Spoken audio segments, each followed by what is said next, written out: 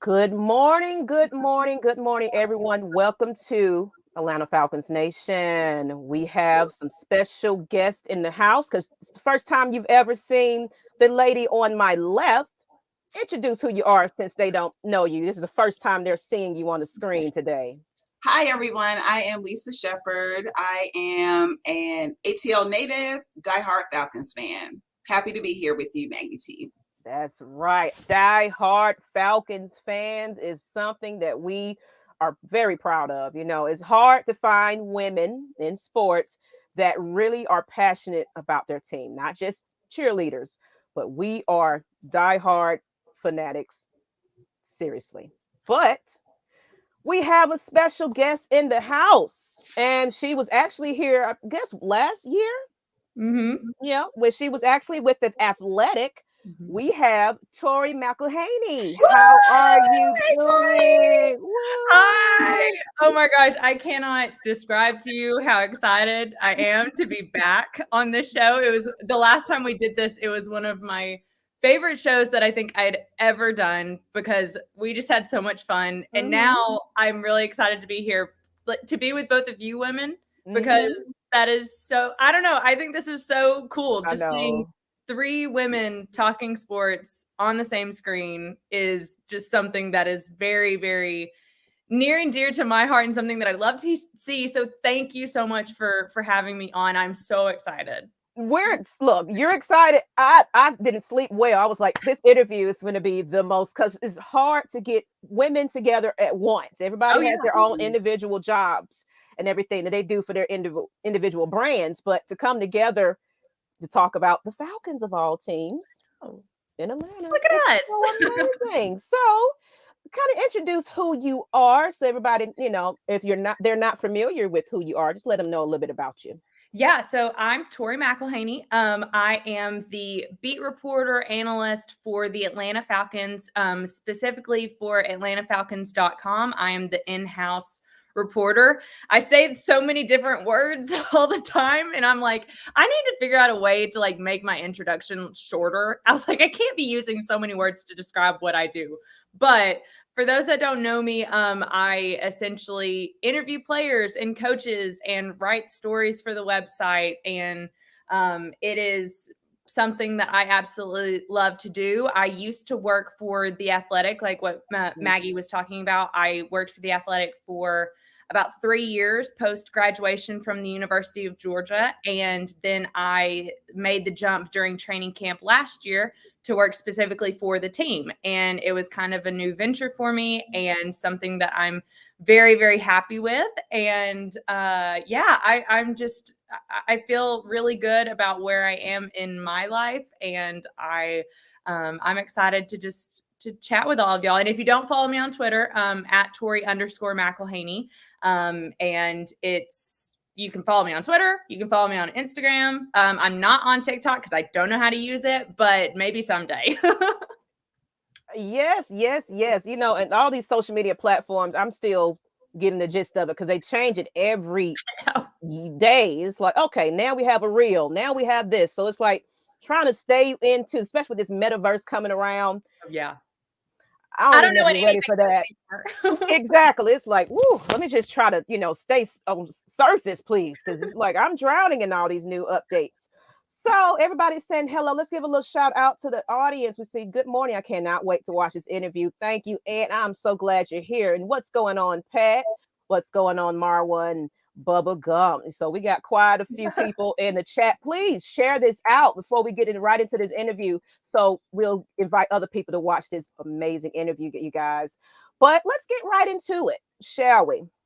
Let's talk about, you kind of alluded to it just a little bit, but being an UGA alumni and taking a career in journalism, the question is, were you always a Falcons fan growing up? This is actually really funny. I was not. Mm, I was not really into the NFL at all growing up. gotcha. Growing up, it was funny because my dad was my high school's football coach, which I know we've talked about in the previous episode that I was on. And so football's always been a huge part of my life. But we very much were a college football family. And there is a difference in college football. There is, yeah. And so every Saturday we would watch Georgia football mainly, and then we would watch other college games. And then what was funny was on Sundays we would get up and we would go to church, and then Sundays were my dad's meeting days for his team, so for high school football. So you're always missing NFL anyway because you're busy with dad. Yes, exactly. And so it was funny because we like football made up such a huge part of our lives. But on Sundays was like the one day where we didn't really like do much football stuff because he was off doing his weekly meetings with his coaching staff. And so it's really funny because I really didn't get into the Atlanta Falcons and really following the Atlanta Falcons until I was probably in college, when I met other people who were like you guys, diehard Falcons fans. And I would go over to their apartments or their houses and watch watch the games. And so that was really, it wasn't until that point that I really truly became more of a Falcons football watcher. Growing up, I really wasn't. I was way more into college football. Well, and I feel the same way. Of course, I was born and raised in Atlanta, and so it was my dad's Falcons fan. But at the time I was watching football, Falcons, of course, wasn't, as broadcasted and popular. So, of course, we was forced to see the Cowboys on TV every year. So it's like, of course, I watch other football. So I'm a fan of the NFL, period, not just the Falcons, too. So, but I just, course, happened to be here back when it was the exciting time with the the old school logos. That was the excitement that we were in school doing the Dirty Bird dance, and that's what brought my awareness to it a little bit more during those years. But of course, younger, I was watching it but didn't quite understand it as well. Totally. Yeah. I mean, I'm sure y'all are excited about the red helmets coming back. I know. Oh, yes. I'm so I mean, they just need to go full old school regardless. I want the Letterman jackets and everything. That could come back. That would be great. That would be fantastic. I need to like just put in a couple words and just be like, hey, you guys, like, why don't we go full red helmet, full red jerseys, get the Letterman jacket out. Like, let's do the whole thing. That's right. Let them know Miss Maggie and Lisa told you that. Hey, you heard it here first, you audience. Lisa, you want to add to that real quick before we move on to the question? Were you always a Falcons fan? Was I always a Falcons fan? Yes, ma'am. I was born into this thing. In high school, when most kids are working at Six Flags, I was actually an usherette at the old Atlanta Fulton County Stadium. Wow. So I got to see all the home Braves and Falcons games because at that time, the Braves and Falcons shared the venue. So I'm all teams ATL all day. It's just what it is. And it's never going anywhere. And as an adult, became a season ticket holder, been through all the, extreme highs and lows, but, people say your loyalty is to be commended. I'm like, it's my team. Like,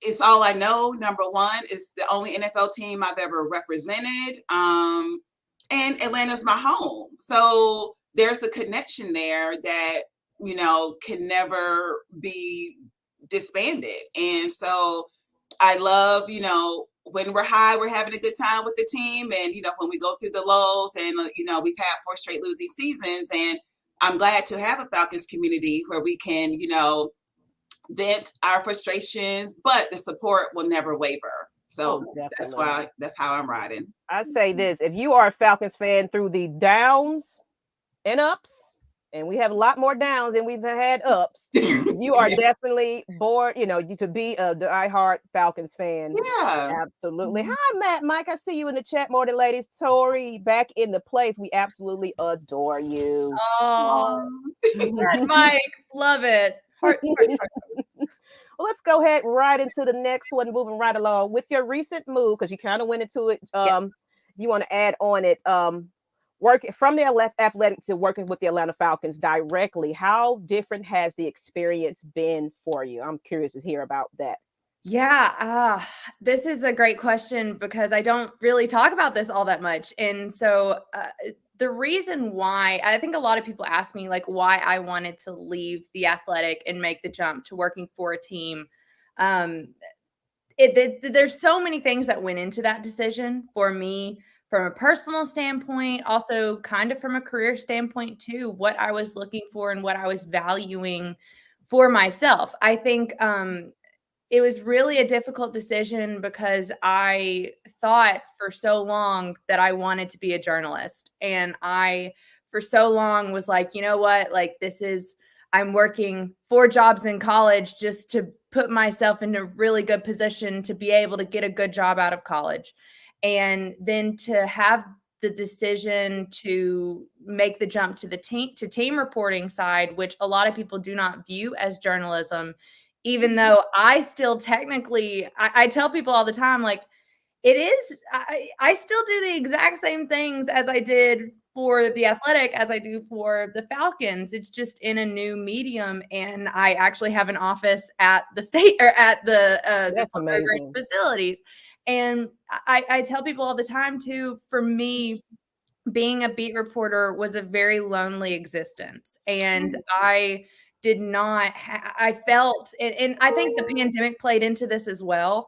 But when I think about it, like I was very much by myself all the time. Like you're not a part of a team. You don't have people that you see on a regular basis. And yeah, all of the other reporters that you're friends with live in different parts of the country. And like some of my best friends from the Athletic were from Greenville, South Carolina, or Chicago. I mean, they were all over the place. And so then it just felt very, very lonely.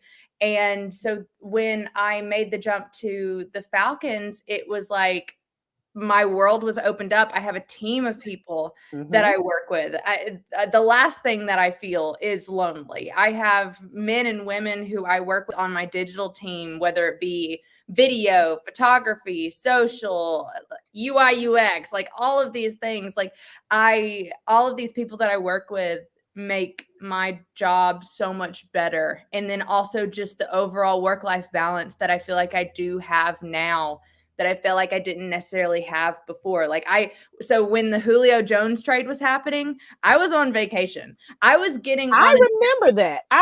Because I remember the tweet. You was like, oh, please don't break news while I'm on vacation. You was I'll tell you the story. It was the worst. I was getting on an airplane to go down to Florida with a couple of my best friends, my best girlfriends. And I had my phone out. I sent that tweet, put it in my pocket, walked onto the plane. And from the time I walked into the plane and sat down, they had traded Julio.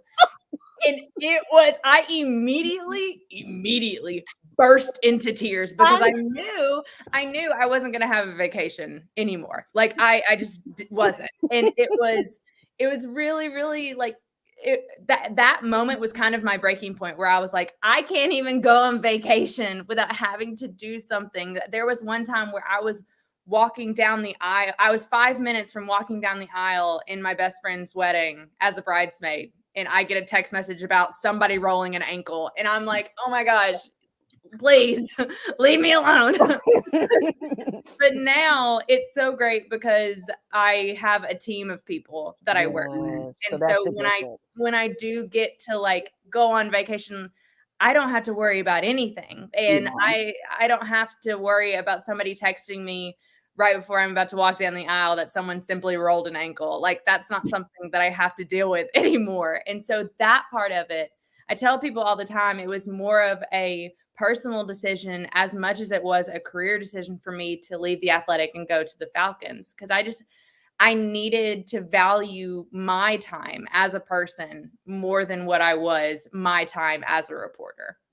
Yeah, and that's one thing about it. It's because especially myself, you have the help now. Imagine trying to run all of this YouTube, Facebook, Twitter, Instagram, everything all simultaneously, trying to get everything, right as far as editing and grammar. Whew. And then, internet goes down, it's just always something going on. So I definitely understand what you mean. I might not be in the journalism role, but just trying to get to these breaking news is like, I'm constantly like this with my phone. Oh yeah. You know, I might be talking to you in conversation, but I'm looking like, oh Lord, Julio Jones did something. Hey, wait a minute, you guys. Let me copy this real quick. You know, Yeah. You have to stay on your toes 24/7 with especially in the off season. It was kind of quiet. Thank you. Thank goodness before training camp. I know. So you're probably enjoying it. I was like, let me catch her before she gets too busy. Oh yeah, no, y'all caught me at a great time because we're kind of tapering back, you know, right now. I said the other day, I was like, this is the deadest of all dead periods of the football calendar, and that's really true. Everybody's off doing what they need to do before the season starts. Right. I'm actually going on vacation. Well, not vacation, but one of my best friends is from Jamaica, and she is getting married in November, and we are going to her hometown in Jamaica for like 5 days right before training camp starts. Enjoy it. And Turn it's all the just notification off. Yeah, and so I'm so excited, and it's like that kind of stuff. Like I'm so excited just to kind of take some time to be with my friends and have some experiences that I normally feel like I probably wouldn't have had. So and also I completely think what you do with Atlanta Falcons Nation is so fantastic. And I feel like I know it's a lot of hard work and it's a lot of work that goes unnoticed, but girl, I commend you for the work that you do with this. I feel like this is your baby. Like this is It yours. definitely is. Me and Matt Mike been doing this. Honestly, it started off from a group of about 18K now of Falcons fans, Atlanta Falcons Nation. Now we call it Die Hard Fanatics because we kind of incorporate other Atlanta sports because everybody, you know, not everybody's a Falcons fan and a Hawks fan, but we do have those. So we try to incorporate that. But man, that was just a hobby at one point. It was just like, hey, here's a group placed in your lap. What are you going to do with it? So I became administrative and I just was lost. I was like, I got this big group and I don't know what to do. But the fact that I tailgated and enjoyed myself and met so many amazing people, I began to do meet and greets and it just developed into this. So me and Matt Mike just been doing this for nearly a decade, actually. Actually, July is our anniversary of our YouTube. Wow. I can't think of the exact date. July something. The mid July is our anniversary. So we'll do something special around that time. But thank you for the recognition.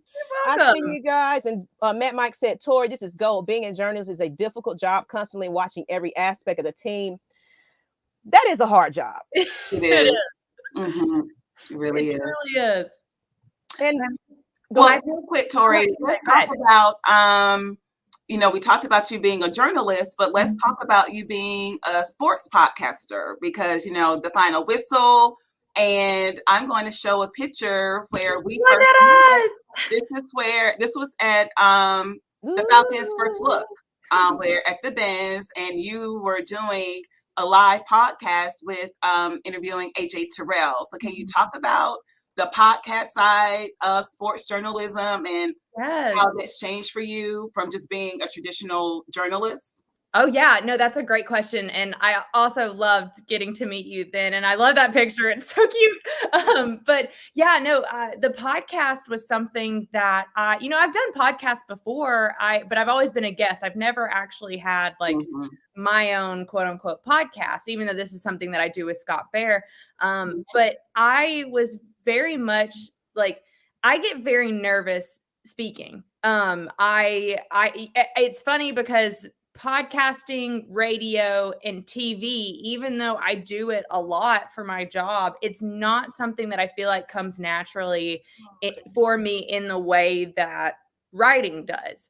And it's something that I very much have tried to work hard at, is trying to become better vocally, because it is a part of this job. It's an important part of this job. It's an important way that people consume their news and their information about a team. And so podcasting has been something that I felt like, I mean, it's like with anything, the more you do it, the more comfortable that you get. But I know for that podcast that you're talking about with AJ, I was so nervous going into that because it was the first, right? Like it was the first time that we were interviewing a player. So we wanted to make sure that AJ, you know, had a good time and this was a good experience, an easy experience for him. And then also too, it was the first time that we were doing it live in front of people. And that's such a different beast than us just sitting in the studio, like riffing back and forth with each other. So that was it was a very fun experience getting to see everybody and see how excited they were to see AJ. I think that also was something that like really reinforced in my head that like AJ is kind of the face of the franchise. Absolutely. Yeah, I think that moment really sold it for me, like how much, okay, AJ Terrell is the Falcons right now. And this is kind of a new era, and AJ, I'm loving that. Yeah, AJ Terrell is kind of the one that's leading you into this new era, in my opinion, which I think is very interesting because I feel like you don't necessarily feel that way about a cornerback. Right. Like very, very rarely do you feel that way about a defensive player in general. Like if you're talking about a face of a franchise, you're talking about a quarterback. You're talking about a receiver. You're talking about like these quote unquote playmakers for the offense.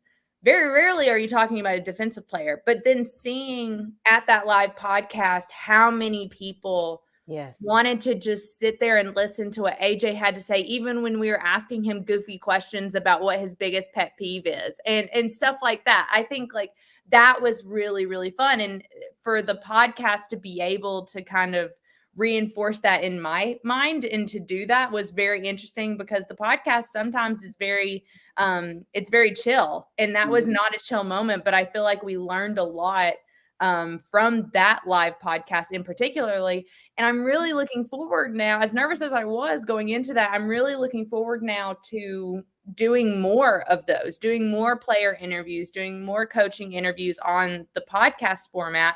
And then of course, when we get to training camp, hopefully doing a live podcast at training camp. You know, that would be awesome. Right? Like all of these things can just build upon one another now that we've done it once. Right. So I've fallen in love with the podcast in a way that I did not think that I was going to. Yeah, it definitely, like me, I am not, because you see it's a humidity every day, you know, my hair all over the place. So it's like cameras and me, I'd rather be in the back and let Mike and all of them do their thing. But it's something about, you know, being able to interact with the fans too, their excitement about things, for them to want to listen to you talk.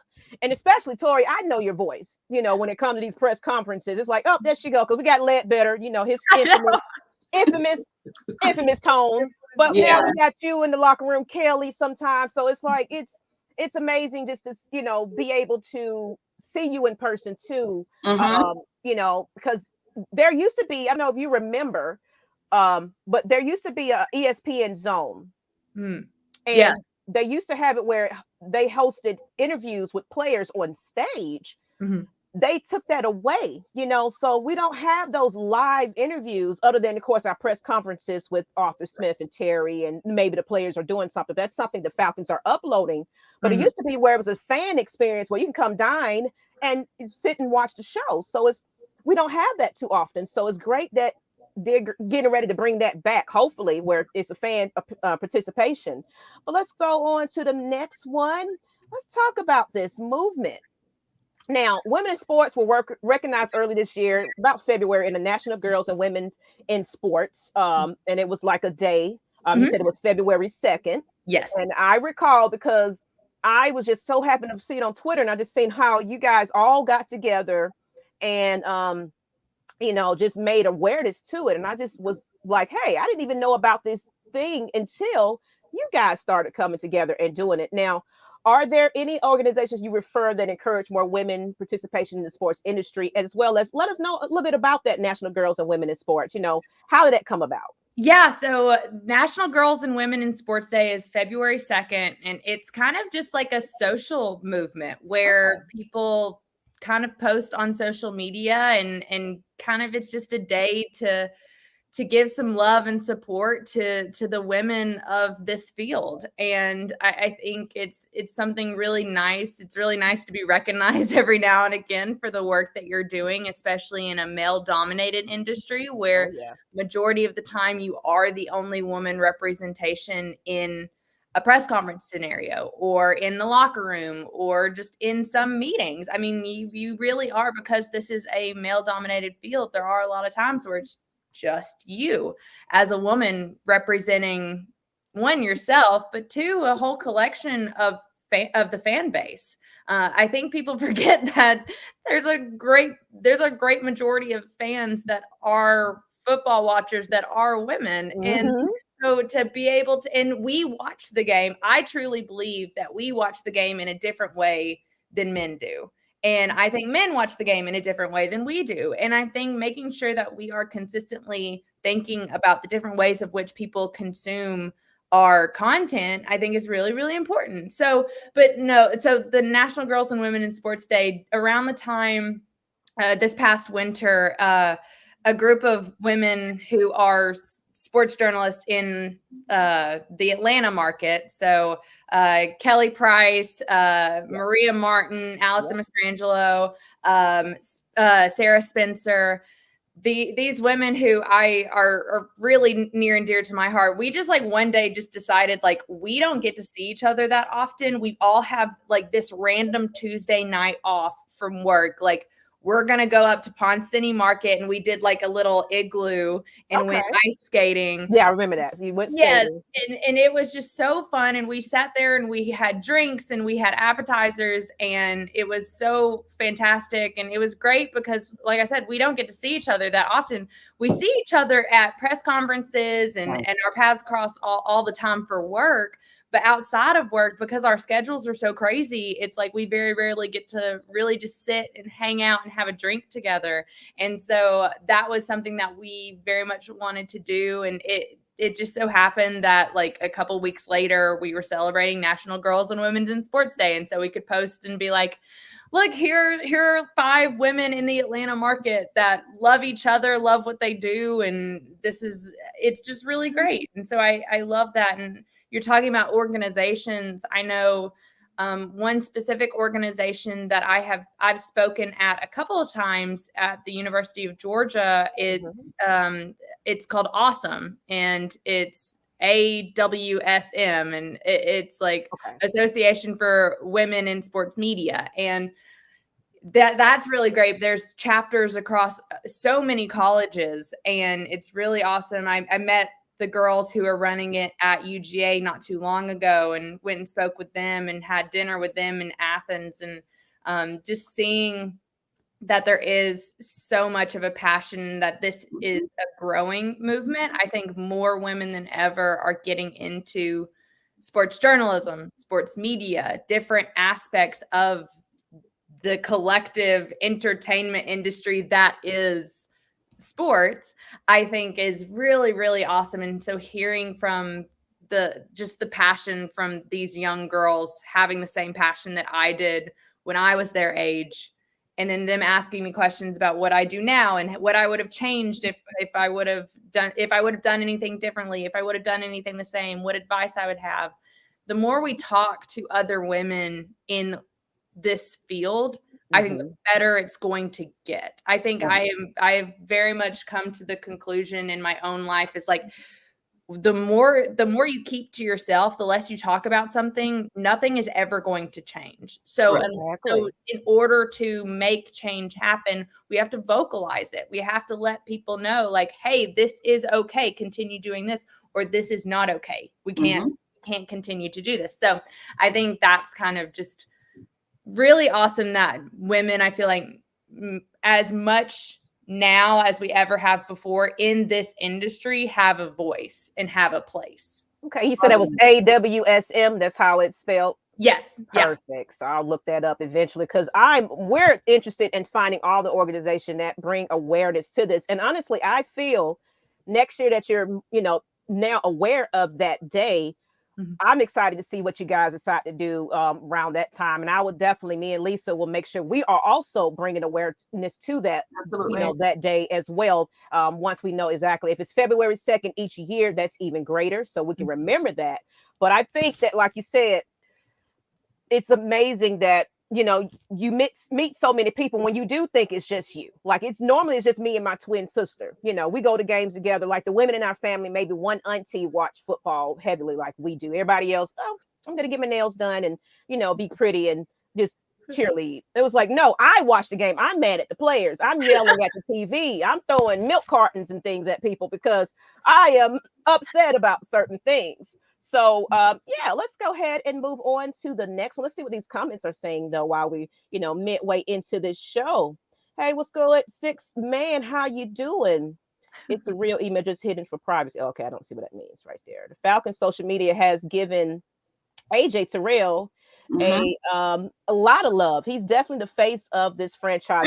Now going back to what you were talking about, that interview, I agree. Tori, even on the first look, I think you asked AJ.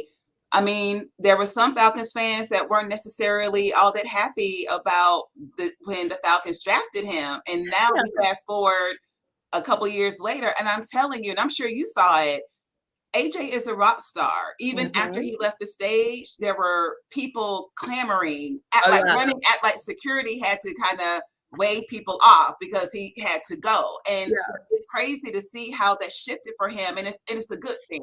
AJ is from the Atlanta area. So for him to get that hometown love after not quite being, warmly welcomed initially, I think it's amazing. And I'm happy for him. Yeah, I think that was something that is so crazy to think about. The moment that AJ Terrell was one of the loudest, I feel like people were in terms of just absolutely hating that draft pick. They're like, hey, this is the worst thing ever. Take AJ Terrell in the first round, blah, blah. It was a loud dissension of people who just did not like that the Falcons drafted AJ Terrell. And now here we are, 2 years later. Oh, now you like them. It is like and it's funny too, because I think people are at least some people are very cognizant of, like, I was one of those people that said this was a bad pick, and AJ Terrell proved me wrong. And I think that in and of itself is a great story just for AJ, because you want to be embraced by your hometown team. Definitely. And initially, he wasn't. And now he has gone and cemented himself as, I think, one of the best young cornerbacks in the league. Yeah. That in and of itself is such a unique storyline for AJ. And I'm really happy to see that story over the course of the last 2 years. And I know I'm excited to see what he's going to do in 2022, because I think personally, putting Casey Hayward off on the other side of the field from him, opposite him, is going to be very, very good for this Falcons secondary. People ask me what position group I'm most excited to see play, and it's like, oh, I'm excited for the AJ Terrell, Casey Hayward pairing at cornerback. Like, give me all of that. I will love to see all of that. So I'm excited about that, and I think it's only going to make AJ more important in this defense too. And I like the fact that AJ, even when he got snubbed for, the All-Star ballot, and I think he was well deserving of it. Oh, yeah. His press conference interview, he was still humbled. He was like, you know what? I'm not really too concerned about that. I appreciate everybody's being, ecstatic about, excited about it, but he's here just to play. He's here to get his job done. He's not worried about a popularity contest. Love it. At this point, Tori, you mentioned having a crazy schedule. Do you travel with the team for road games, or are you pretty much, staying here in Atlanta? Yeah, so I travel. It's funny because so last year I flew commercially to all the games. So I flew on my own. It was like a group of us from the digital team that would fly in like a day early. And then we would stay a day later, just because we have so many things that we've got to do before the game and after the game in terms of pushing out content. But I think this year I will be flying with the team. Now that, I know, it's very exciting. I'm very excited. Honestly, it's going to be super fun. I think it's going to be great. But it's funny because the reason why I wasn't last year was because of COVID protocols. That was a huge thing. You could only have so many people on the plane. And so I'm not a necessity on the plane like a player or coach is, obviously. Well, yes, you are, Tori. You are a necessity because you bring us the content. We won't know what's going on if it wasn't for you. No one would know. But this year, because COVID protocols have lifted and we're getting to go back in the locker room and all those kind of things. I will be flying with the team, unless something changes in terms of our schedule. But I think for right now, that's the plan. So I'll be going to every away game, which I'm really excited about, going out to LA and then up to Seattle in week 2 and 3. I'm very excited. That's one of the parts of this job that I very much enjoy. I love seeing new places, meeting new people, eating new food. I know I had the best time traveling last year, going to San Francisco for the first time, and experiencing New Orleans was just fantastic. Even though we hate the Saints, but New Orleans, the food, the atmosphere, the culture is great. You know, we might trash talk just a little bit, but I'm gonna drink my, my hurricane with you. It's okay. Yeah, exactly. Dallas was so much fun. Like, there were so many like places that we went last year that I had never been before. And I was so excited to get to travel and do all those kind of things. And I'm excited again this year. I mean, that again, traveling is one of my favorite things to do. And so being able to travel with the team is gonna be very exciting. That's a dream come true for me, just to be able to, like, we're just trying to get on the field, to at least get in close vicinity of a player, but to travel with them, so you get to see them when they're downtime, when it's just and look, get you some suitcase dividers, if you will. That way you can separate things, because you're gonna be living in your suitcase for quite some time. Oh yeah, I have the little packing cubes. Those are life changing. Because you have to like keep, I don't know, I have to like, I try to look good for game day. Yeah, it's a little bit more work for us women. Oh, it definitely has. Got to have my makeup, my hair curler, like all of it. Like I'm not gonna look like a scrub, like just walking in on game day. That's not happening. It's like, don't talk to me before this interview, but you know what? I'm glitz and glammy now. So that's all that matters. Okay, I'm ready to go now. Your makeup was on point for first look. I noticed. I was like, okay, you had your face beat. All right, Tori. Ready to go. I mean, that's the thing. Is another thing is, like, as a woman in this industry, like, I want people to see, like, okay, like they look good. Like that's something that I very much, I've gotten really into clothes recently. I've never growing up. I love your fashion sense you've been putting out there. I've been paying attention. I'm gonna look at her, just a fashion diva as well as a sports analysis. It's amazing. I just think it's super fun to like play around with clothing and try different things. And that was something that I did all last year. I like made a point. I was like, okay, game day fit check. Like, I'm going to have a different outfit every single game day, and I'm going to try different things that I've never done before. And that was so fun for me. And it's something that as women, I feel like y'all would 100% get. I feel like none of them. As you can see, this curly hair of mine, like, I'm naturally curly, so I try to make it straight, but this humidity is just not being my friend. So it's like, we're going to go with it. It's okay. It's okay. It's like, luckily we're inside almost all the time outside of like training camp and practices and everything. So like when I do look good, it's like, okay, the hair is not going to move. Get this side, please. This is the best side for me. But let's get right into this next question. Year 2 for Arthur Smith and Terry. Do you see a better season to come, and what are they focusing on to improve based on what you've kind of seen in minicamp? Yeah. So I think what I like to tell people is, when it comes to this season coming up, I think everyone has to be cognizant of the bigger picture at play here. I think, yes, they're going to want to go out and win as many games as possible in 2022. But there is a lot more at work here than just this 2022 season. And I think about all of the different things that are kind of at play here. We don't necessarily know at the quarterback position what the future of that position is now that Matt Ryan is in Indianapolis. They bring in Marcus Mariota. That's great, but he's on a 2-year deal. Then you draft Desmond Ridder, number 74 overall. That's all great. Are we confident that either of these guys is a franchise quarterback that's going to lead you into where you want to go offensively? We don't know that yet. And 2022 is an opportunity to kind of see that and to see if, okay, is Marcus Mariota having a resurgence in his career? Is Desmond Ridder a really good pick at number 74 and someone who can lead a team in the future? Or is there a situation out there that we haven't even come across yet? Is the franchise quarterback that you're looking for someone you could trade for? Is he someone you could draft next year? I think there are so many different things at play, and the best way that I can kind of use this, the best example I can give is at the quarterback position. It's like, we're going to find out a lot in 2022 what direction the Falcons organization want to go in, because you do think about in this regard, it's like, okay, in 2023, the Falcons will finally, after years, not have the money.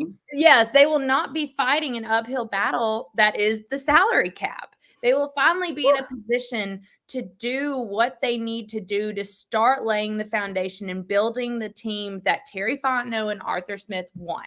And I think that is very important when you're looking at the overall scope of the organization. So in terms of a better season to come and what improvements need to be made, there are a lot.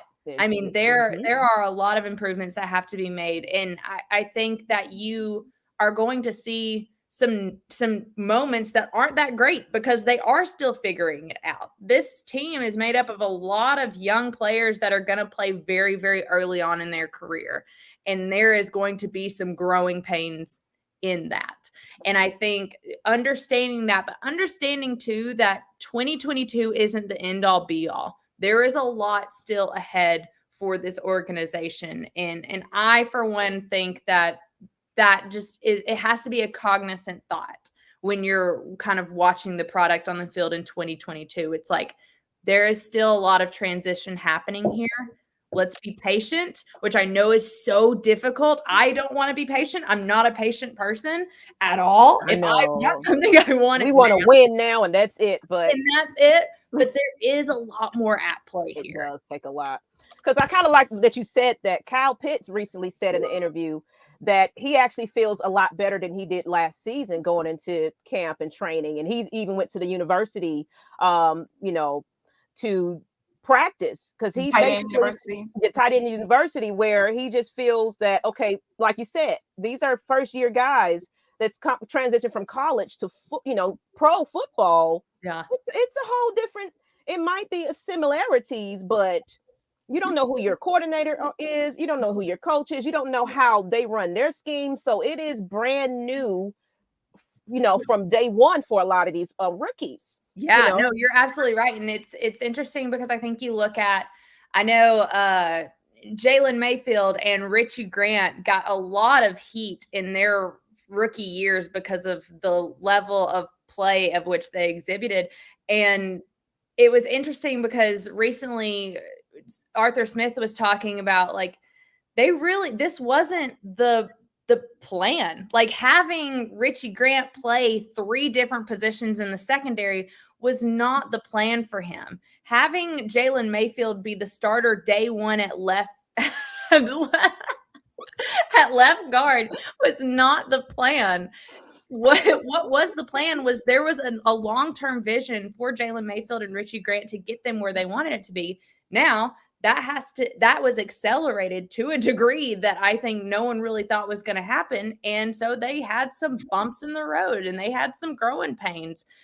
But that doesn't mean that it's always going to be like that. It doesn't mean that these were bad draft picks by any stretch of the imagination. They still have a lot of time to prove one way or another that this is where they're supposed to be and this is what they're supposed to be doing. Absolutely. And Lisa, let's go ahead and get into the next question. You kind of went into it. I guess since we already talked about the quarterback, let's get into the wide receiver. You want to ask that question, Lisa? Yeah. So, Tori, what are your thoughts on the Falcons selecting wide receiver Drake London at number 8? Now that you've seen him in some mini camp action, and kind of like AJ, there was a segment of Falcons fans that were like, a wide receiver about this pick. So, so your thoughts on that? Yeah, I'm glad you brought that up because there was a lot of people that like, Drake London, the first receiver off the board. What is this? Why are we doing this? Why is not a quarterback? Exactly. There were so many different, like, why are we doing this? What is that? But for Drake London, this was a very strategic pick for Arthur Smith and his offense. We knew going into this offseason that the Falcons wanted to get bigger at the wide receiver position. They wanted some guys who could get some yards after initial contact.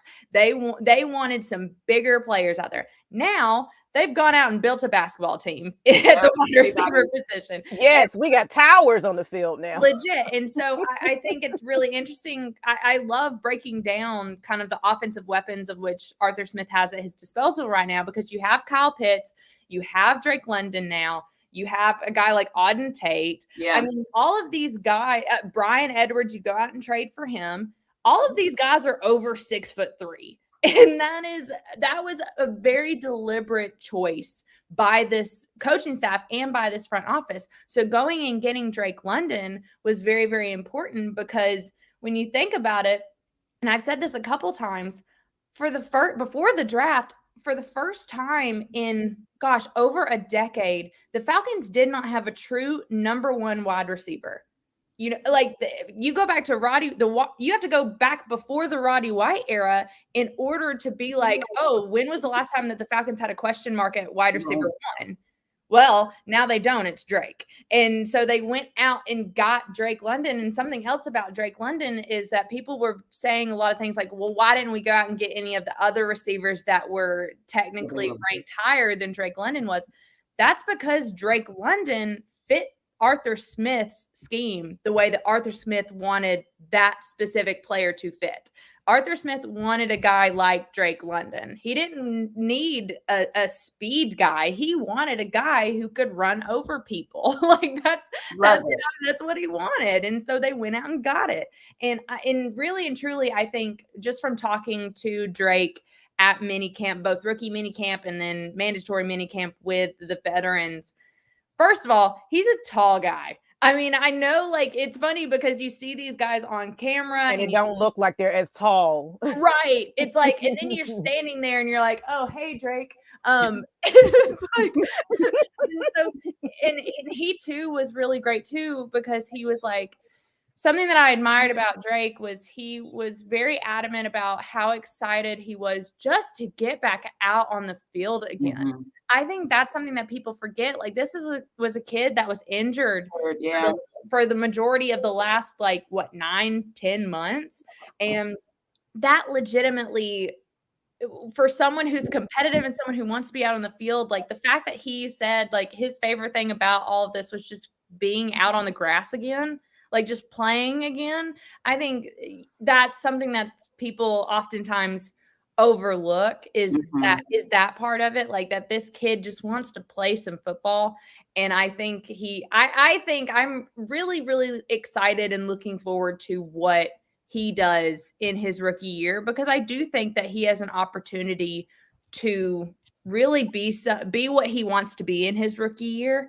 Am I talking about 1,000-yard season? Gosh, I hope so. But even if it's not that, I think just getting Drake London on the field is going to help out Cordero Patterson. It's going to help out Pitts. Like having these guys around him and having him be on the field alongside them, I just think it just adds another layer to what Arthur Smith can do offensively. And you know what? I wanted to add to that. I've noticed from year one of Arthur and Terry to now, these players are ecstatic to just get out there, even in the dead of 100-degree heat. They're just out there trying to put some pads on and play with each other. They're even, I think it's Drake London. Then they're getting ready to have like California practice right before training camp. Mm-hmm. So it's like these players are kind of collectively just taking initiative beyond training camp and mini camp. They're even predicting, hey, playoffs, predictions and things like that. These players are like hungry. They're ready to go. It's like they're like kids in the candy store. Like, we just want to play some football. Just get it started now. Oh yeah, no, you're absolutely right. And I think that is like almost a mentality of which Arthur Smith and Terry Fontenot were looking for. Like they are very not like, for Arthur Smith specifically, I think he's very much like, I don't want any prima donnas on this team. Mm-hmm. I want people ready to play and let's go. I want guys who are just going to go do their business, and they are those professionals that go out and do what they got to do when they got to do it. And they want to do it. and want to do it. Yeah. And I think like that's very much a mentality. I think you talk a lot about this team having a chip on their shoulder. And that is something that to me is very, very evident when talking to every single player on this team. Every single player on this team has something to prove to themselves, to the team, and just the league at large. That is something that I feel like you don't get all the time. You don't get players like that all the time. And so I think that part of this team is something that's very fascinating to watch. Okay, and let's get into, because we're getting down to our last couple of minutes of the show. And we already talked about AJ. We talked about the quarterback competition. So let's just get right into this right here. Because everybody's wondering what's going to happen with Deion Jones when he's back from, his surgery. They didn't extend him. Do you feel that he will be remaining with his organization after he recovers? Will he be Atlanta Falcon, you think? Gosh, that's the question on everyone's mind right now, isn't it? I think it's going to go there. This could go any number of ways. And something that I think we have to think about when you think about Deion Jones is you can't talk about Deion Jones and not talk about his mammoth of a contract, right? That's the kicker. But you are at a position now that you've gone past the June 1st kind of deadline, you are at a position where you could trade him and it not be detrimental to your dead cap money and all of those kind of things that go along with salary cap. It wouldn't be as bad as it would have been prior to June 1st. But it takes two to tango. So what could the Falcons get for Deion Jones? What does his trade market look like? Is it something that they're willing to give up in order to gain something else? I think all of that is kind of what you're weighing right now. And also you have to look at the inside linebacker group as it is right now. And as it is right now, I think you're pretty set. Like just me looking at this depth chart, it's like, okay, I like Rashaan Evans. I think Michael Walker is ready for more responsibility in this defense. You went out and you got Troy Anderson. I think Troy Anderson's going to be a 3-down guy every single series? No, not yet anyways. He has a lot that he has to do in terms of just catching up to speed in the league. But do you feel comfortable with the group that you put together this offseason, the way that you can go out in the trade market and just have talks with people about, okay, what would you want for Deion Jones? I think that is all kind of happening now. And I think all of those conversations would be happening now before you get into training camp. But at the end of the day, whether it works out, whether it doesn't, Deion Jones is still Deion Jones. He can go out and play with the best of them. Even though last year, I think people were like, oh, it was a down year for Deion. And it was, comparatively speaking to his other years, it was a down year for Deion. But he's still Deion Jones. And I still think like there is value. There's obvious value there. But it's like, how are the Falcons valuing him not only now, but in the future and what he could possibly provide in terms of draft capital come 2023? Yeah. All of there's so many moving parts with the topic that it's really, really difficult to kind of predict one way or the other what they're going to do with him in this situation overall. I'm just as curious as everybody else about how this is going to shake out. Oh, definitely. And you wanted to add anything to that, Lisa? Then we're going to move on to the very last one because we're getting ready to close it on. I know, this hour went so quickly, Tori. Flies, I swear. Well, I will let you know for sure. I will be at training camp for a couple of the dates. I'll be, I'm always at the Benz. I'm a season ticket holder, and I'll be at a couple of road games. So I look forward to seeing you again, doing what we do. But we're in a unique position right now, moving on from Matt Ryan and Julio, and it's the new look Falcons team for 2022. So I'm just excited. And I just want to share this with everybody before we wrap up here. We love to see you rep. Oh, yes. Ooh, look at that. Look at that lady in her jersey. That is very Well, that you got on the jersey. That is, I swear, that is the single funniest picture of myself that I have ever seen. Tori. That is hysterical. I literally love that picture so much. And I'm like, you know what? This is fan-freaking-tastic. They told me to do that when we were doing our photo shoot. And I was like, what do y'all want me to do with my hands? And they're like, act like you're throwing the ball. And I was like, well, okay. And that's the came out of it. That's so cute. I love that. And let's get right into the last one, then we'll just close it out here. Who is expecting, you can make it brief if you like, to be the breakout player, even if you just want to do one player, offense and defense, who you think on your end you will be a breakout player this season? Yeah, so I think defensively, I really think that Michael Walker is posed to have a good year. I've talked to him a couple of times over the course of mini camp, and he is chomping at the bit to get out there and get some more playing time. So I think that he's going to play a significant role in this defense. Offensively, I could go a number of ways. I feel like it's funny because I feel like I want to say Drake. I want to say Drake London. I want to say that he is going to have a really good, solid rookie year. And I think that Kyle Pitts is going to continue to do Kyle Pitts things. I'm not worried about him. I think there are just so many different ways that this is going to work. But I will say, I think I would like to see Marcus Mariota be a breakout player. I'd like to see him kind of have a resurgence of his career and that'll be a nice storyline, right? Like, and have this story of a guy who was a first round pick and was a starter and then was hurt and had different coordinators left and right every time he turned around, and then he's a backup, and now this is a chance for him to kind of resubmit himself as a quarterback in this league. If Marcus Mariota could be a breakout player, that would be really cool. And I saw a question back in the earlier. I'm gonna go back to it because I think it's kind of loops back to your career here, and then we'll, this is our wrap up moment. But Tori, do you have any executive ambition as you're moving forward in your career? Do you have a goal?